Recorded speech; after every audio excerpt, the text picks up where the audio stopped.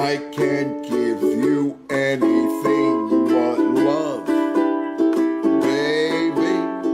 That's the only thing I've plenty of, baby.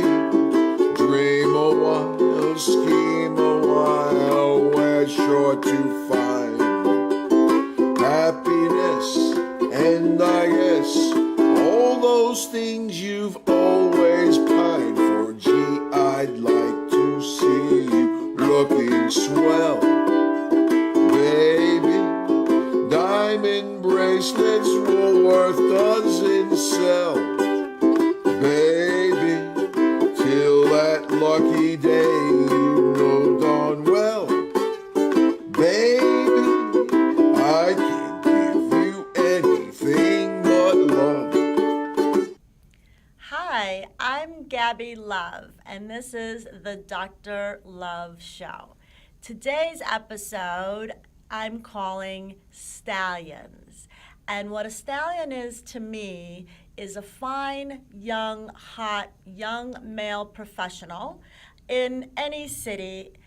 And today we have an awesome cast. I actually was able to pick up some twins over at Morgan Stanley, Adam and Daniel. And they're here as my guest stars, representing one of my stallions, two of my stallions. And their birthday happens to be tomorrow as well. So we want to wish them happy birthday, happy birthday. Thank you, Gabi. I'm finally figuring out who is who. This is Daniel. Oh my God, I'm finally getting it. And this is Adam. So thank you both for being here. Thank you, Gabi. And then we have Andrew here, who is another fine catch of mine as a stallion. He happens to be 21. Can that be any sexier? Can it? You guys tell me. I'm 41. Do you know what I would do to say I'm 21? Surprise me. So here we are, and now I'm going to let the guys tell us a little bit about themselves, and then we're going to pick their brains about love, sex, intimacy, and women. So let's go ahead and start with you, Daniel. Tell us a little bit about yourself and anything you might want to say about your love life if you feel like it. Okay. Well, hello, everyone. My name is Daniel Kaplan. I am 27 years old. Tomorrow I will be 28. I am a native New Yorker. I live here in New York. I love it. I love the city. And I'm a financial advisor at Morgan Stanley, and I am really excited to be here on the show. Thank you, Gabi. Thank you so much for being here. Thank you. You're welcome. It's an honor. It really is. Thank you. And let's move over to the twin. Hello, I am the twin. I am Daniel's 7-minute older brother, Adam Kaplan. It sounds very similar to what you just heard. I'm 27 years old. I will be turning 28 tomorrow, and I work as a financial advisor at Morgan Stanley with my brother. It's an honor to be on the show with you, Gabi. I thank you for inviting us. And on behalf of Daniel and myself, we're both excited to engage in the conversation that we have ahead of us. What are the chances of hot twin brothers in any city, anywhere in the world, working both for Morgan Stanley? I have to applaud Morgan Stanley for making this happen, because that's got to be a really cool story for the two of you in your dating life. The women must just really suck that one up.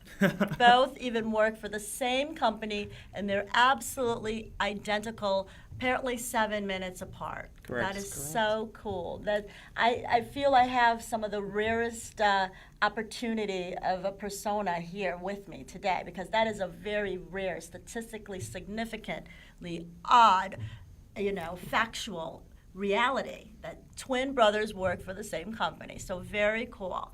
And now, how about you? Tell us a little bit about yourself, Andrew.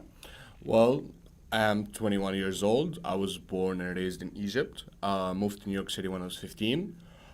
Very much into working out, motorcycles, sports cars, skydiving, pretty much all the crazy things that you guys can think of. I do it all. Fun. So you're a thrillist, is what you are. And that is very sexy for all the hot femmes out there. We love men that take chances, are into adventures. I call them thrillists. So thank you for being here with us. Thank you for having me, Gabi.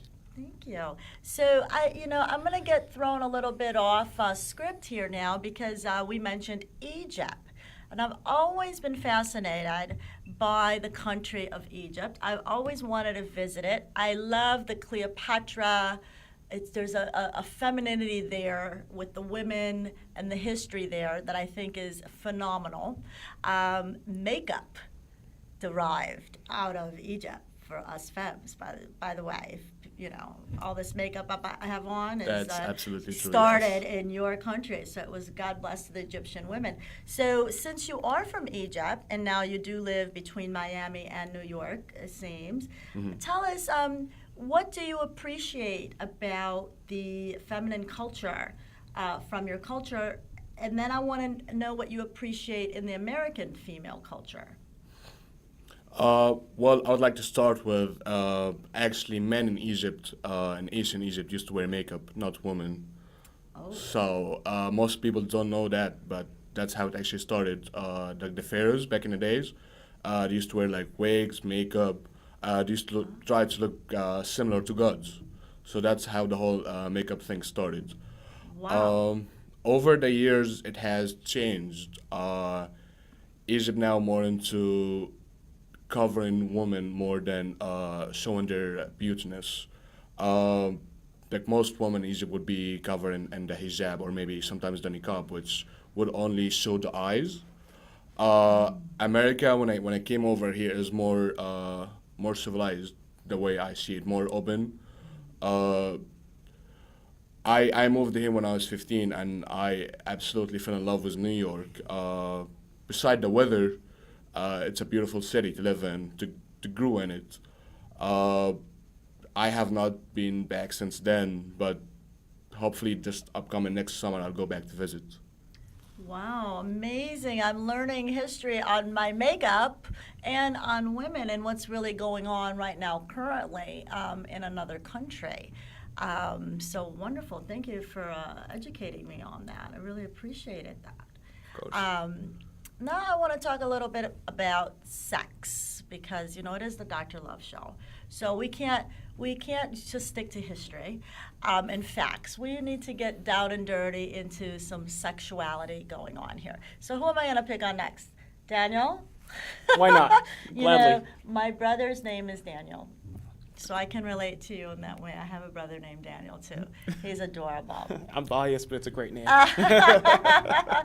He's adorable. He just got married last year. Him and his wife are San Francisco hippies. They have 100 animals, and they're starting to adopt teenage children, which I'm not sure I could handle that, but goodness bless them, Daniel and Misty. So I'm going to pick on you a little bit about some sexual stuff.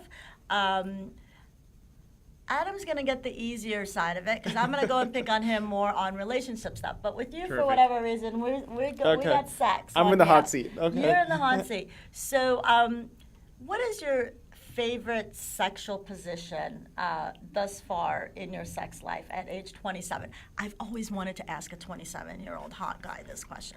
That's why it's stimulated in my head. So what would you say that is? Honestly, I like to mix it up. One position, if you remain at one position, I think it'll get a little banal or redundant over time. So why Nice. not? Yeah, So a large variety. definitely. So you hear this, ladies? Variation in the bedroom. No more just missionary. No more just doggy style, even if it's your favorite. Or, a lot of women like to be on top. That's like their absolute favorite. But you hear this, ladies? Mix it up, change it up. Are you into outfits? Well, in the bedroom, preferably no outfits, I really can't stand this because there's so many hot, sexy outfits there. And we buy perfume, we buy different heels, we buy different outfits. And I swear to goodness, ladies, every guy I ever asked that question says pretty much a variation of, it's coming right off. Straight to the point. Exactly. Nice Yes. and efficient, this man is. So thank you. In regards to relationship, Adam, Yes. what would you say signifies the perfect girlfriend for you now, going into age 28. Sure.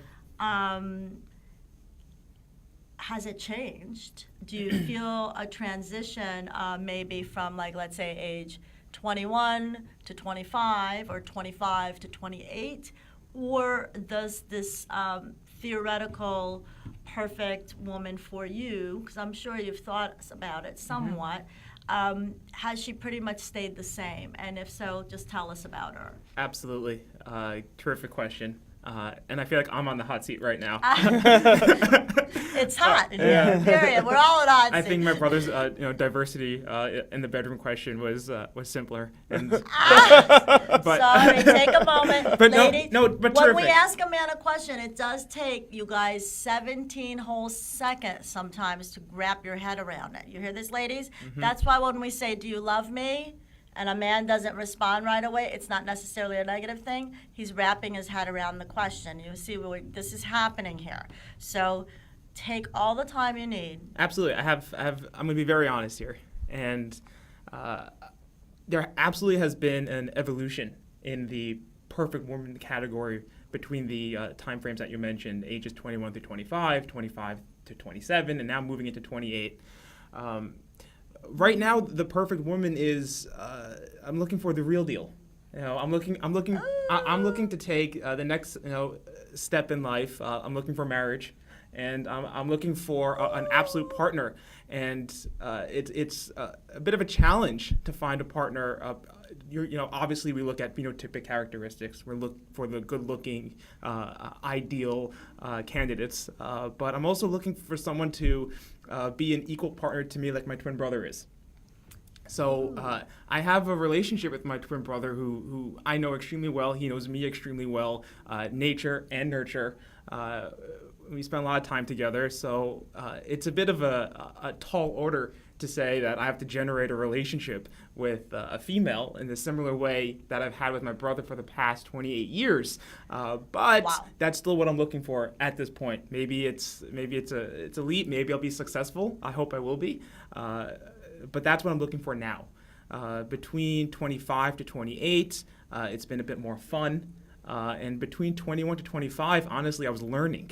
A little bit more about both me and my brother here. We took our education very seriously, so I didn't exactly have the quintessential classic stereotypical dating life in college.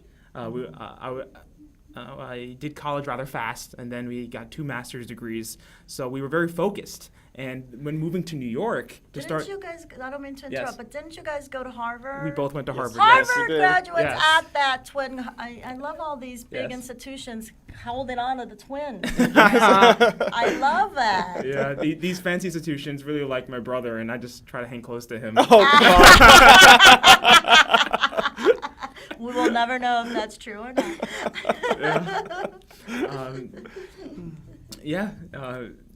That's awesome. That's awesome. Very serious place. And would you say you're only entering? You did say there was definitely a difference between 21 and 25, and then Sure. 25 to 28. Correct. Yes. Have you guys both been in this place of looking for a more serious femme contender, possibly and hopefully for marriage, since 25? Would you say, or 26 or 27? I would say since 26, Since 26. considering the other environmental factors in our lives. School and all that. Correct. Yeah. Taking everything into account. Correct, but even though the pursuit might have started at 26, there's no question 2 years later that we each definitely and individually have a much more mature outlook. Just generally living and working through life, Right. you grow and mature as a person, which allows you to seek a better matched partner Right. in life. It is a lifelong, fate for all of us. And just so you guys know, since I am a lot older, is that you will feel that way every year of your life. Like, Yes. wow, like I thought I knew this person in love last year, and wow, I actually am totally different this year. So, and if it makes either of you feel any better, my father is a twin with his son Daniel, and they are not identical. And my father has been a little bit of a loner. Maybe he could never find somebody like his twin. But his twin brother is very happily married to a gorgeous woman half his age, and they have like 5 kids together. Very And nice. he's beyond happy with her. And she certainly has replaced my father. Though my father is there a lot. So you guys will probably always be doing your holidays together and all of that. So, well, It's very nice to hear, Gabby. let's pick on Andrew now a little bit too before we ran out of time, since we actually have a 21-year-old on set. So tell us, Andrew, about who is this perfect woman ideally in your thought process now as a femme contender for your love life now that you're 21? Well, I always thought of a perfect woman of someone smart, someone I can have a good conversation with, good looking, likes to work out, into sports just like I am, someone who mature enough to hold a conversation with me. There's a lot of pretty girls out there, but when it comes to their IQ level, I'm sorry to say this, not all of them have that certain IQ level to keep the conversation going. Sometimes it's all about their makeup, it's all about what they're wearing, and it's 1 or 2 dates, and that's about it. So for me to say, this is the perfect woman for me, this is the one, I wanna put a ring on her finger one day, she has to be really smart, really beautiful, and really athletic. Wow. And you know, ladies, I hear this over and over from all men of all ages. Our personal care is extremely important. I hear this from all men of all ages. It's something that we just can't escape. It probably started with the makeup back in Egypt when they defined the beauty status, and we just all have to succumb to it. But the interesting thing is that it's becoming more of a fair world these days, and you guys also have to invest. The amount of men that do Botox in cities like LA and things like that, where they have to be on TV, is growing rapidly. And the men, you guys also have to now be metrosexuals to an extent and spend money on yourselves and working out. And I can see why you're saying this. Look at you and your hot body there. Can we take off the jacket and You want me maybe to take it off? can we show some muscles? Like maybe just to the side there. Let's flaunt it. Let's flaunt what we got. Why not?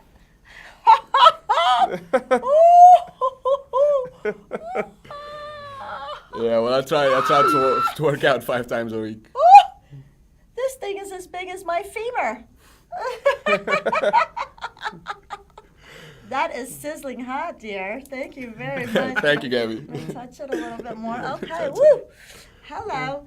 Wow, amazing. So yes, so somebody that's going to spend this much time, I can see you having some high expectations. Somebody that went to Harvard, is doing finance at Morgan Stanley, they're going to have high expectations, which helps us to raise our expectations of ourselves, which I don't think is ever a bad thing. So let's pick on you some more. Let's get into the sex, since I picked on these two.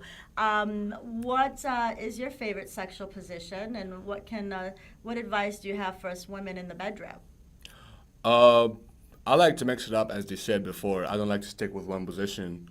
But if I would have to pick a favorite, it would most likely be me carrying the girl and she has her legs wrapped around me. Sizzle! Yeah, The and muscles to work. I mean it's the most intimate position for me. Woo! Most people can't do that, so congratulations to you that you can. If you would ask me about an advice to give for women out there about sex, that would be just have fun in bed. Don't be so lame, and don't be too much of I'm trying to find the right word for it. Don't be too much open. Just be in the middle. If there's something that your boyfriend likes, just do it for him. Because if you don't, he'll find someone else to do it for him. And there's plenty of girls out there that would do it for him.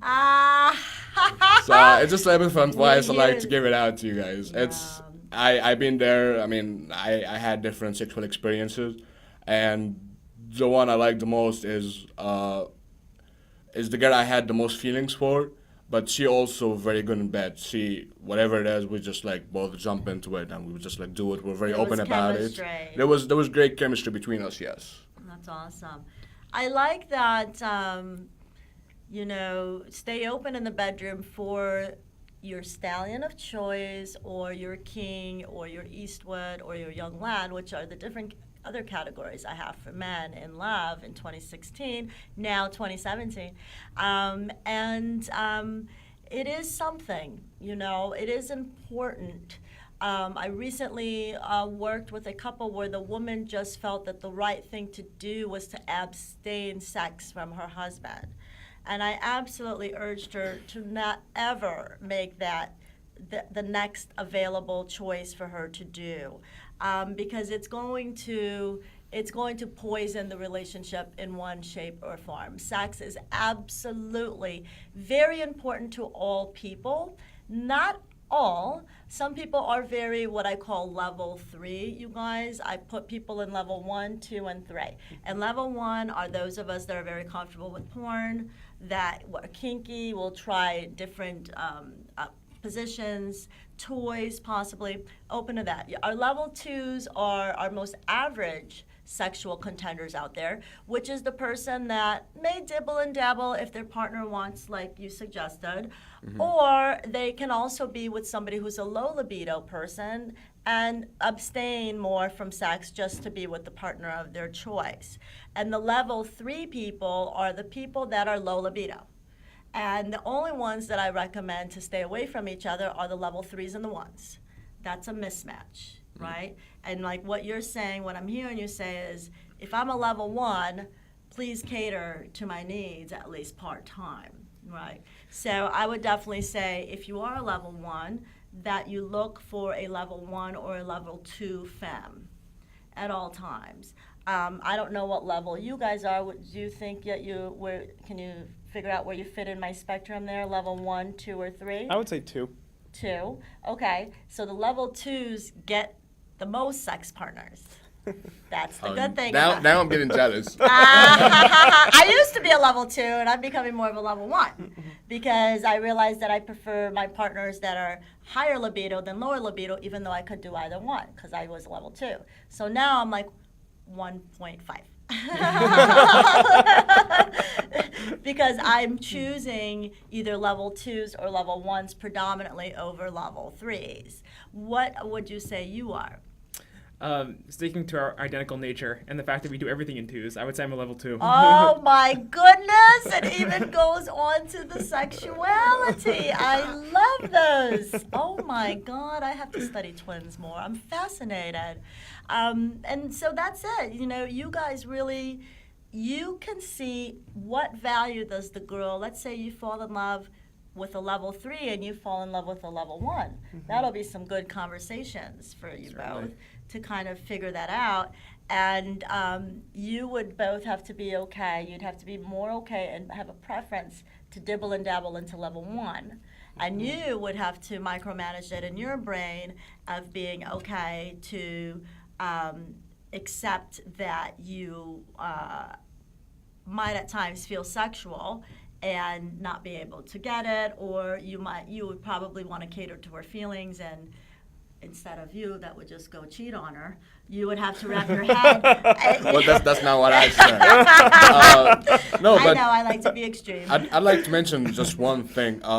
Relationships don't have to be based on sex, but a relationship without a good sex is a relationship that will not last. That's from my very humble experience. That's from what I noticed.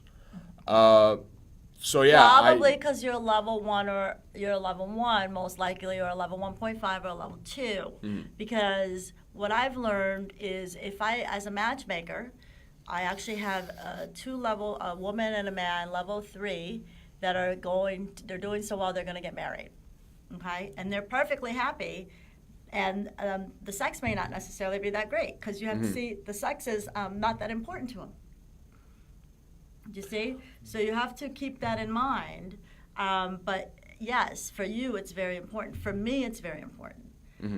But there are a small percentage of people out there where sex is not that important to them. So I would run from that woman if I were you, absolutely, because you'll never be satisfied, and she'll never be satisfied either, because she'll never feel like she's satisfying you. So I would say in the early stages of dating, I would have you break up with her. I know that That's what sounds mostly cold, happens. but Yeah. it has to be done, because otherwise, I look at longevity. What will make you happy for longevity? So let's finish up with that. Let's talk about longevity. We know where the twins are at, and you both happen to be in the same place where you would marry if you met the right partner in the next couple years, correct? Yes, for sure. So they're on a marriage track. Are you on a marriage track, or is just not something that's popped up yet? At your age, usually it's not, but you could be different. I mean, where I am from, most people get married around my age right now. Sure. So my parents always tell me like, "Hey, you found the right one yet?" Oh, wow. But growing up in the U.S., I still think I'm way too young to get engaged and get married. And Good. you make different choices when you're younger than when you get older. So I do not want to take the wrong choice right now. Good for you. So I'm thinking about waiting maybe 4 or 5 years, maybe when I'm 26, like your age, guys, pretty much. And then if I find the right one and she sticks long enough, definitely I'm not opposing to the idea of getting married. I just don't think it's right now.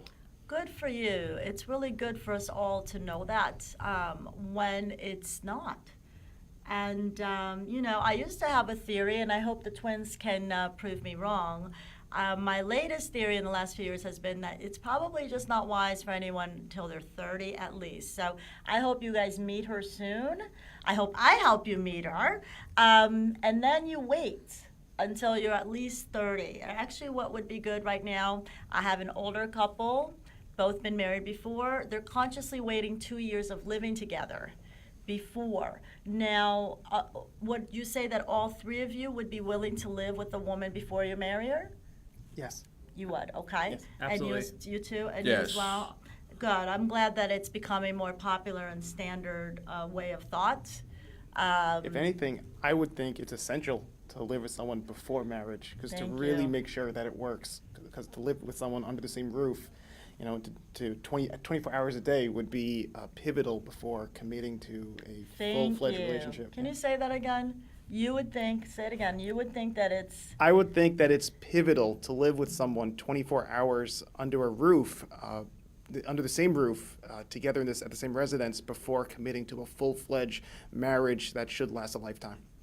thank you. And that's the new avant-garde way of love in 2017 that I'm so excited about, because that makes the most rational sense.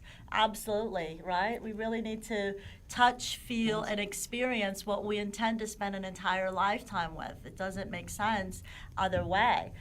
So back on the topic of longevity, let's hear what do you feel will really make you a satisfied husband for the long run? Got it. From a partner, I think we should really, the heart and the kindness. Again, the heart can't be a vestigial organ. It has to really take the forefront and be.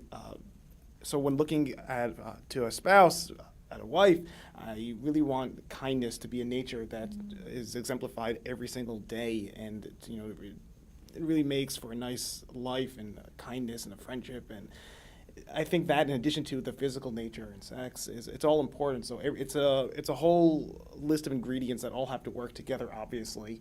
And not everyone's good at everything, of course. But I really think that a giving, friendly, kind nature is extremely important. And that would set a tone in the household, would really make me an ecstatic husband forever, definitely. Nice. I'm just happy that I met you and that you said kindness. I have pulled a lot of studies from Oxford, Harvard, Prince, Yale, and the number one ingredient that has been stated has been kindness. And I often feel like I rarely meet those people because I'm not sure if that would be mine per se. More connection would be mine, and me getting into exactly what I mean by that is another show. But when I meet somebody who says kindness, I'm always in honor of them because that to me is just a really beautiful thing. And maybe that's what we have to look for you as a woman that also wants kindness as her first ingredient.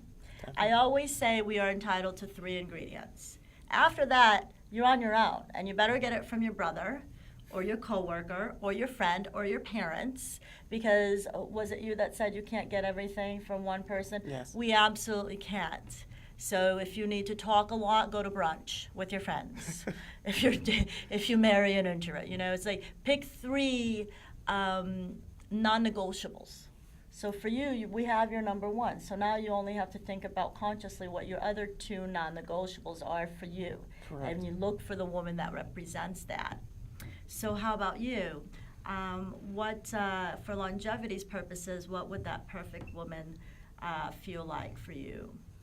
I would say by keeping the relationship going, not like keep it interesting. Like if it's boring, it's not gonna go anywhere. I'm more like outgoing, like to do new stuff, like to do crazy stuff. So I'm looking for someone to be crazy with me. If we're just doing the same thing over and over and over every day, eventually that thing will die. It will just become boring, and one day we're just gonna stop and we just look for new people. So for me, I always like to keep it interesting. Hey, let's go try new places. Let's go try new stuff that we have never done before. Maybe travel to like new countries, new cities. See what's out there. Because at the end of the day, the world is like this tiny, and if you just stick inside your world, you're getting nowhere. Sure. So here we have our Thrillist with his number 1 ingredient being fun and adventure, which tells me a lot about your personality type already, because that's my work in grad school, personality typology. And there is a perfect partner out there for you. So you have your first ingredient, and now think about consciously these next few weeks, what would be your second 2 non-negotiables, and then you look for a woman that represents that. And then let's get you in, so we get your non-negotiable, your first one. Well, the first non-negotiable to my parents, for them to accept the woman that I will marry, is that she must be Jewish. Oh, wow. And it wasn't the case for you, but okay. So there we go. That makes it pretty easy. And then you start. But you say it would be easy, but in fact, this is the category for which I've personally struggled the greatest. And what do I mean by this? Yeah. Particularly, when dating a Jewish girl, the caveat that's come up is, well, what is your level of religion? Do you want to keep the Sabbath? Do you want to keep kosher? Do whatever? And then it's this faith that keeps the faith apart. So that's been a huge caveat, although it's definitely very important. Wow. Yeah. Wow. Well, but knowing that, that's great. Thank you all for being here, and I'm glad that we threw that in, and we'll have to have a show solely on religion. Sure. And the That would be a number fun one one. ingredient. Let's do it. I'll have you both back. So thank you all for being here, and we will see you at the next Dr. Love. Thank you, Gabi.